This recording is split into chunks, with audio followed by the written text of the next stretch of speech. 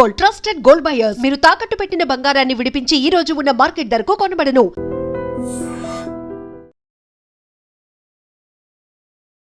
నమస్తే రమ్గారు. నమస్తే జయ. రమ్గారు, దేవకన్యని కంప్లీట్ చేద్దామండి. చంద్రభానుడు యోగిని దగ్గరికి వెళ్ళాడు. ఆవిడేమో స్త్రీ వేషం వేసింది. ఈ స్త్రీ వేషంలో రాణి గారు వచ్చి ఇతన్ని అంతఃపురానికి తీసుకుపోయింది. ఒక పెద్ద రాజభవనం. ఆ కొండ కింద నుంచి చూస్తే అది కొండగానే ఉంది, కానీ అందులో ఒక మహాసామ్రాజ్యం ఉన్నట్టు తెలియదు. ఎంత పెద్ద దేవాలయం, భవనాలు అవన్నీ. రాణివాసం లోపలికి తీసుకుపోయారు. అంతా స్త్రీలే, మగ పురుగు లేదు అక్కడ. లోపలికి తీసుకెళ్ళారు. ఇది ఆడవేషంలో ఉన్నాడుగా. లోపలికి వెళ్ళిన తర్వాత ఏదో తినిపించారు. ఈ రాణి పేరు లీలావతి. ఆమెకు ఒక 22-23 సంవత్సరాలు ఉంటాయి, అంతే, చిన్నది.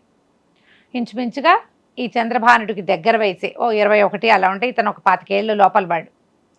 సరే, ఆ లోపల అంతఃపురం లోపల గదుల్లోకి వెళ్ళాక అక్కడ ఒక చిత్రపటం కనపడింది. చంద్రభానుడు నిర్ఘాంతపోయాడు. అది తన పటం. వీడు ఆడవేషంలో ఉన్నాడు కదా, అది చూసి తెల్లబోయాడు. ఇతను ఎవరు ఈ పటం అని అడిగితే, నా స్వప్న సుందరుడు అని చెప్పింది అమ్మాయి, రాణి లీలావతి. అతను ఆశ్చర్యపోయాడు. మీరంతా పురుషద్వేషులు, ఇక్కడ ఎవరు పురుషుడు అన్నవాడు లేడు, మరి ఇట్లా స్వప్నసుందరుడని ఎట్లా ఉన్నాడంటే, నాకు తెలీదు. మా తండ్రి వల్ల చాలా అవమానాలు పాలయ్యి బలవన్మరణానికి పాల్పడింది. మేమంతా పురుషద్వేషులుగా మారిపోయాం. మేమే మా రాజ్యాన్ని నడిపించుకుంటున్నాము. కానీ నాకు కలలో మహాదేవి ఆజ్ఞాపించింది, ఇతడు నీ భర్త అని. ఆ కనిపించిన స్వరూపాన్ని నేను గీసి పెట్టుకున్నా. అతడు నాకు కనుక లభిస్తే నేను అతనితోటే నా జీవితం. అమ్మవారి ఆజ్ఞగా నేను దాన్ని తీసుకున్నాను. గుర్తుపట్టడానికి వీలుగా, లేదా ఈ పటం ఉంటే మా వాళ్ళు ఎవరు చూసినా అతన్ని గుర్తుపడతారని నేను పటం వేసి పెట్టుకున్నాను అని చెప్పింది. చెప్పాక ఏవో 2-3 మాటలు మాట్లాడుకున్నారు, కబుర్లు చెప్పుకున్నారు. ఈ రాణి అన్నది, నువ్వు ఈ వేషంలో ఎంతో చక్కగా ఉన్నావు, ఎందుకో నాకు నిన్ను కావలించుకోవాలి, నిన్ను ముద్దు పెట్టుకోవాలి అనిపిస్తోందని దగ్గరకు వచ్చి ఇట్లా కావలించుకునేసరికల్లా ఇతను ఈ బట్టలు వేసుకున్నాడు కదా, అది కాస్త జారి పడిపోయింది. పట్టుకుని ఇట్లా జాగ్రత్తగా పట్టుకుని ఉన్నాడు వస్త్రం. నిర్ఘాంతపోయింది. ఈ లోపల ఉన్నది పురుష వేషం, పురుషులు వేసుకునే బట్టలు. ఆ అమ్మాయి ఆ మొహం మీద అతను మొహానికి కొద్దిగా అడ్డం పెట్టుకుని ఉన్నాడు. అది లాగేసరికల్లా లేతగా ఉన్న మీసం కనపడుతోంది. అమ్మాయి తెల్లబోయింది. తల మీద నుంచి వస్త్రం లాగేస్తే తల ఎట్లా ఉంది, మగవాళ్ళ తల వేరుగా ఉంటుంది, ఆడవాళ్ళ తల వేరుగా. ఈ అబ్బాయికి క్రాఫ్ కాదు, చిన్న జుట్టు, జులపాల జుట్టు. అది ఆడవాళ్ళు వేసుకునే ఔచిత్యమైన వేషం కాదు. అమ్మాయి కేకలు పెట్టింది, ఎవరు నువ్వు, ఇలా వచ్చావు అని. ఒక్క నిమిషం అయ్యాక, నువ్వా అంది. అప్పటికి ఆ అమ్మాయికి తెలిసింది ఆ పటంలో ఉన్నవాడు ఇతనే. ఆమె ఆశ్చర్యపోయింది, నువ్వు ఎలా వచ్చావు, ఇక్కడికి ఎట్లా వచ్చావు అని. ఇక ఆపుకోలేకపోయింది ఆ సంతోషాన్ని. అతన్ని కావలించుకుంది. ఇక నన్ను ప్రేమించు, నన్ను పెళ్లి చేసుకో, నాతో ఉండిపోయిలా ఎన్ని రకాల మాటలు మాట్లాడితే ఇతను చెప్పాడు, ఇవన్నీ కాదు, నేను నక్షత్ర మండలం చూడ్డానికి వచ్చాను. ఈ ప్రయాణం చేసి వస్తూ ఉంటే ఇలా ఒక సంఘటన జరిగి నేను ఇక్కడికి వచ్చాను అని చెప్పేసరికి అలా అమ్మాయి చాలా సంతోషించింది. ఎన్నో కబుర్లు చెప్పింది, భోజనం పెట్టించింది. సరే, అతనికి ఒక పడక గది ఏర్పరిచింది, విశ్రాంతి తీసుకోమని. ఈ గదిలోకి వెళ్ళి పడుకునేసరికి 2 అందమైన అమ్మాయిలు వచ్చారు. నిన్ను సేవించడానికి వచ్చామని. ఇతను నిర్ఘాంతపోయి, ఇదేమిటి ఆడపిల్లలు వస్తున్నారని. ఆ అమ్మాయి లాగానే ఉన్నారు వీళ్ళు కూడా, ఇంచుమించుకు అంత అందంగానే ఉన్నారు. కానీ ఇతను వాళ్ళతోటి ఏ రకమైన సరసము ఆడకుండా ఉండిపోయాడు. వాళ్ళు ఎంత ప్రయత్నించినా అతను లొంగలా వాళ్ళకి. 3 రోజులు వరుసగా రోజుకి రాత్రిపూట ఇద్దరిద్దరు చొప్పున అందగత్తలు వచ్చారు ఈ గదిలోకి. ద్రాక్షాసవం పట్టుకొచ్చారు ఇతను తాగడానికి. అతను తాగలేదు. వాళ్ళతోటి ఏ రకమైన స్నేహము నెరపల. 3 రోజులు ఇతని క్యారెక్టర్ పరీక్షించిన తర్వాత 4వ నాడు పెద్ద ఉత్సవం చేశారు ఆ అంతఃపురంలో. ఇతన్ని తీసుకుపోయి రాణిగారి మందిరంలోకి ప్రవేశపెట్టారు. అమ్మాయి సర్వాంగ సుందరంగా అలంకరింపజేసుకున్నది ఆ లీలావతి. తను కూడా అందంగా వేషం వేసుకుంది. నా కల్లో కనపడిన దగ్గర నుంచి నా పంచప్రాణాలు నేను నీ అందే పెట్టుకున్నాను అని చెప్పింది. ఇతను చెప్పాడు, నాకు కూడా నీ మీద మనసు ఉన్నది, ఎందుకంటే నేను నీ చిత్రపటం చూశాను. ఒక కొండ గుహలో వాడొక రాక్షసుడు, అతని దగ్గర ఈ పటం ఉంది, కానీ అతను దాని గురించి ఏం చెప్పల. అతను సునందకి చెప్పిన వాక్యాలే నేను విన్నాను. ఆ పటం నాతో తెచ్చుకున్నాను. దాన్ని ఒక పక్షి ఎగరేసిపోయిందంటే అప్పుడు ఈ అమ్మాయి ఏం చెప్పిందంటే, చిత్రపటాలు వేస్తున్నప్పుడు కొన్ని గాలికి ఎగిరిపోయినాయి, అది నీళ్లలో పడి వీళ్ళకి దొరికింది, ఆ రాక్షసుడికి దొరికింది. ఇదే జరిగింది. ఇక అమ్మాయి మన ఇప్పుడే గాంధర్వ విధిని వివాహం చేసుకుందామని ఇతన్ని బాగా పరిపరి విధాల ప్రార్థించింది.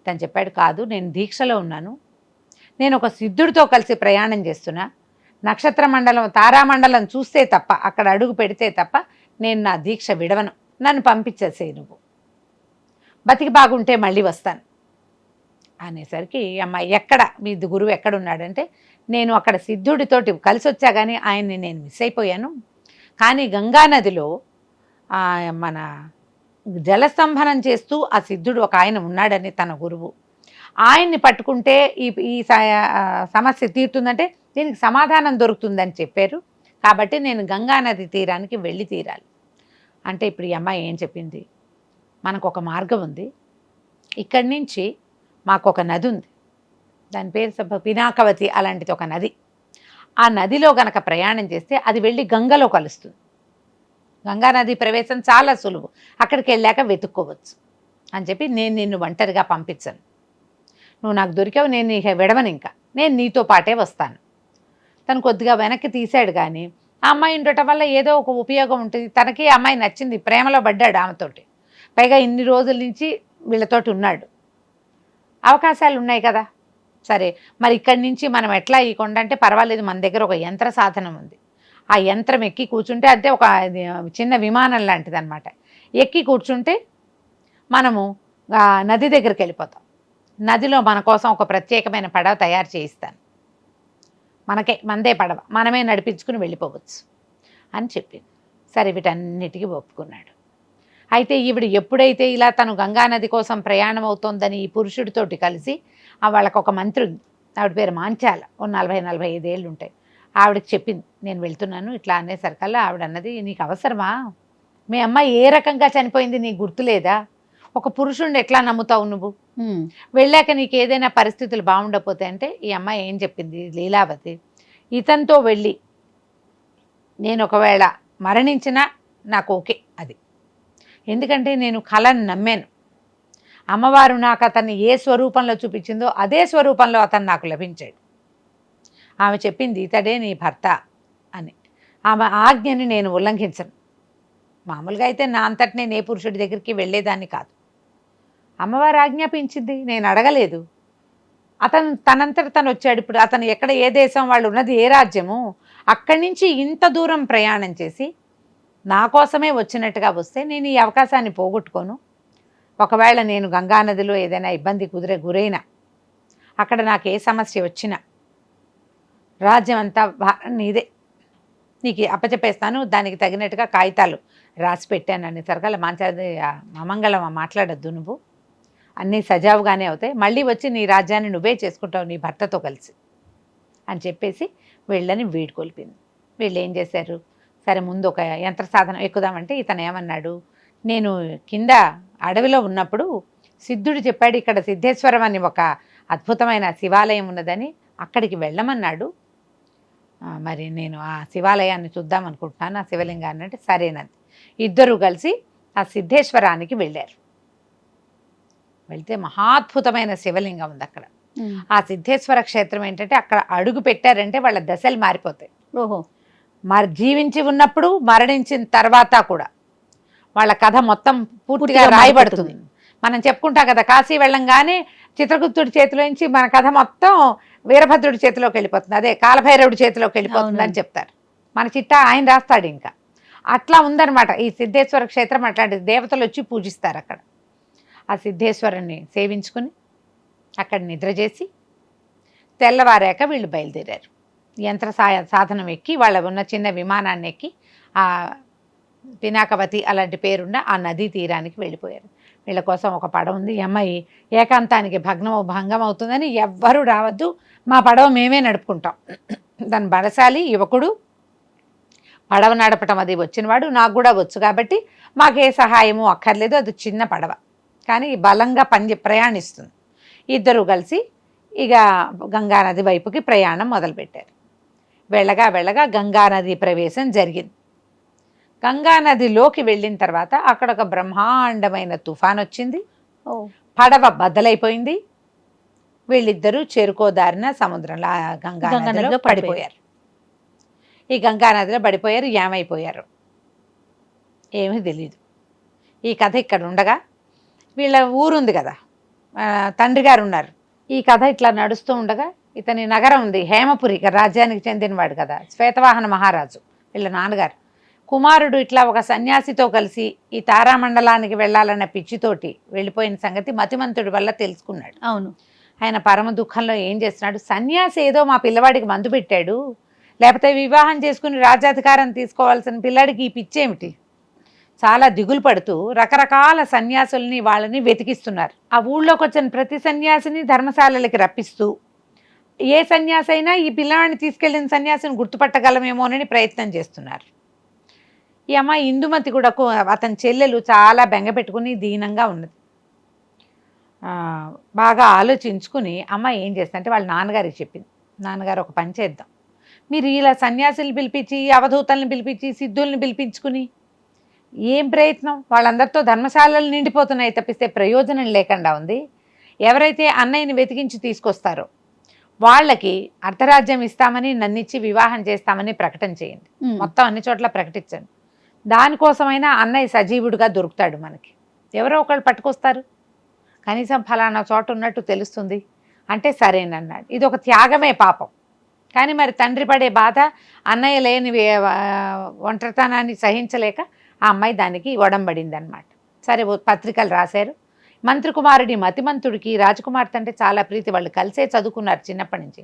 అన్న మతిమంతుడు ఫ్రెండ్స్, వాళ్ళతో పాటు ఈ చిన్నమ్మాయి ఇందుమతి కూడా తిరిగేది. ఒక 4-5 సంవత్సరాల వారం ఉంది కానీ స్నేహం ఉంది. మతిమంతుడికి ఇందుమతి కావాలని ఉన్నది.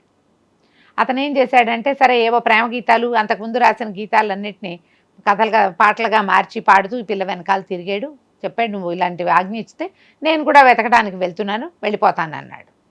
ఈ అమ్మాయింది పిచ్చివాడు, ఇతను కూడా బయలుదేరి వెళ్తున్నాడేమో, అన్నయ్య ఎక్కడికి వెళ్ళిపోయాడో తెలియదు, ఇతని ఆసరా కూడా లేకుండా అయిపోతుంది, మనిషి మంచివాడే, ఎలా అవుతుందో తెలీదు, ముందు దేవాలయానికి వెళ్ళి పూజ చేయించుదామని దేవాలయానికి వెళ్ళి దేవాలయంలో కూర్చుని మా అన్నని రక్షించు అని ప్రార్థిస్తుంటే ఇందుమతి నీ కోరిక త్వరలో తీరుతుందని ఆకాశవాణిలాగా వినపడింది. అందరూ ఆశ్చర్యపోయారు, ఎవరో మాట్లాడుతున్నారని. దేవుడు మాట్లాడుతున్నాడు అనుకుంటే దేవుడి విగ్రహం నుంచి ఆ మతిమంతుడే వచ్చాడు వెనక్కి. అందరూ నవ్వారు. అన్నీ ఇలాంటి కోతి పనులు చేస్తాడు ఇతను, ఎలా రక్షించగలడు రాజుగారి అబ్బాయిని? అల్లరివాడు, అవును, కొంటేవాడు, ఆడపిల్లల వెనకాల తిరిగేవాడు, వీరోచిత కార్యాలు వీడి వల్ల కాదు నేను వెళ్తున్నానని చెప్పాడు. ఈ లోపల ఏమైంది, రాజుగారి దగ్గర నుంచి కబురు వచ్చింది, అమ్మాయి గారిని రమ్మంటున్నారని. ఆయన ఏదో గాభరాలో ఉన్నాడని మతిమంతుడు కూడా వెనకాల పరిగెత్తాడు. వెళ్ళేసరికల్లా రాజుగారి ఇట్లా నెత్తి మీద చేతులు పెట్టుకుని కూర్చుని ఉన్నాడు.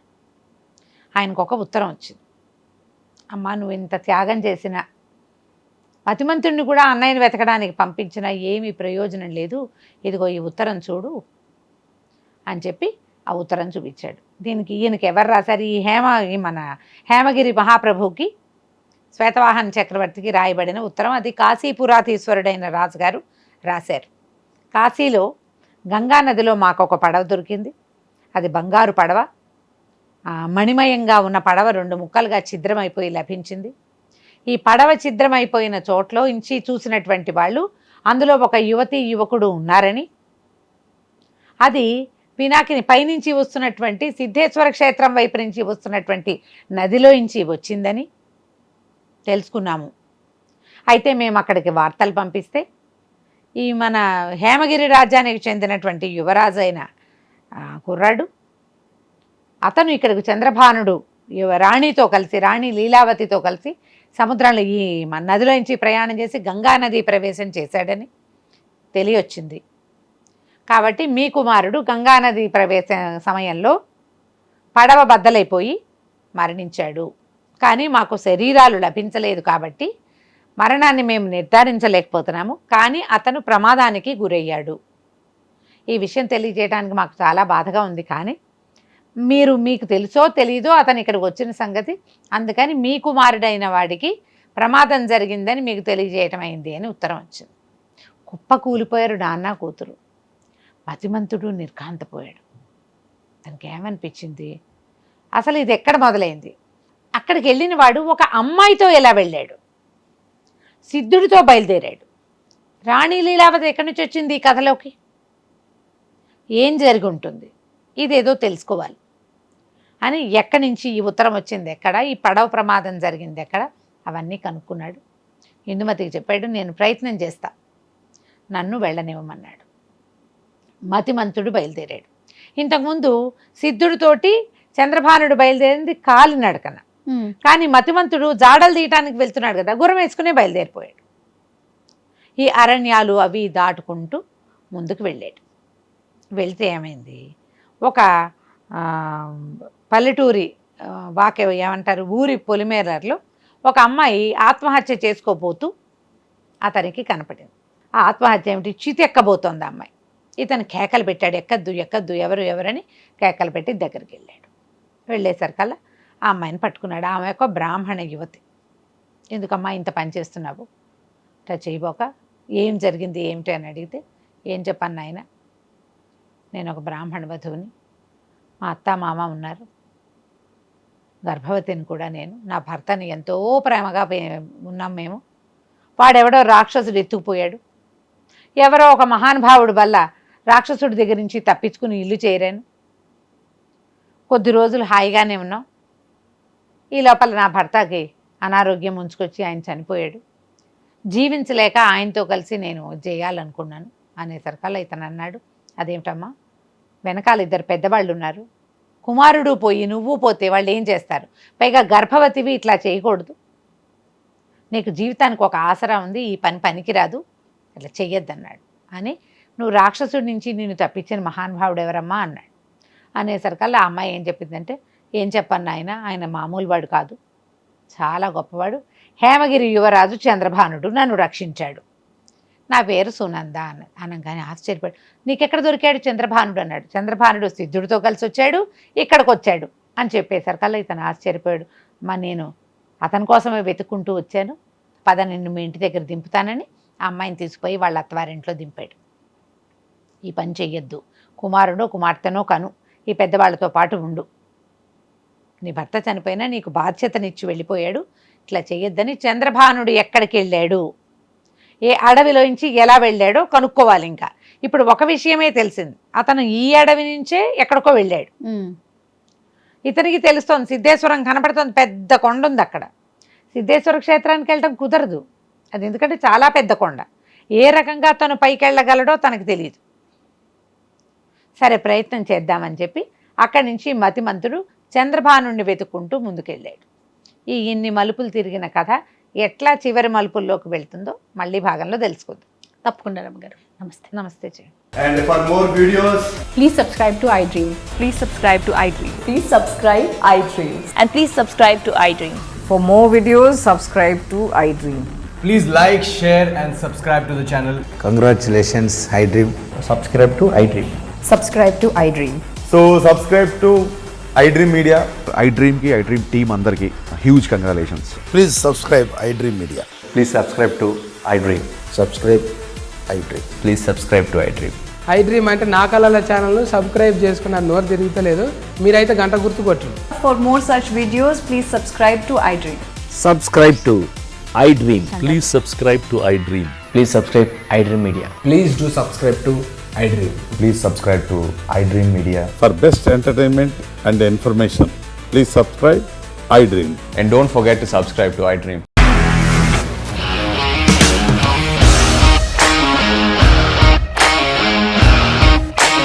ఇండస్ట్రీలో కమిట్మెంట్ ఇష్యూస్ వస్తే నీకు కూడా వచ్చినట్టు మార్నింగ్ తీసుకెళ్ళాడంటే కొట్టి పడేశాడు.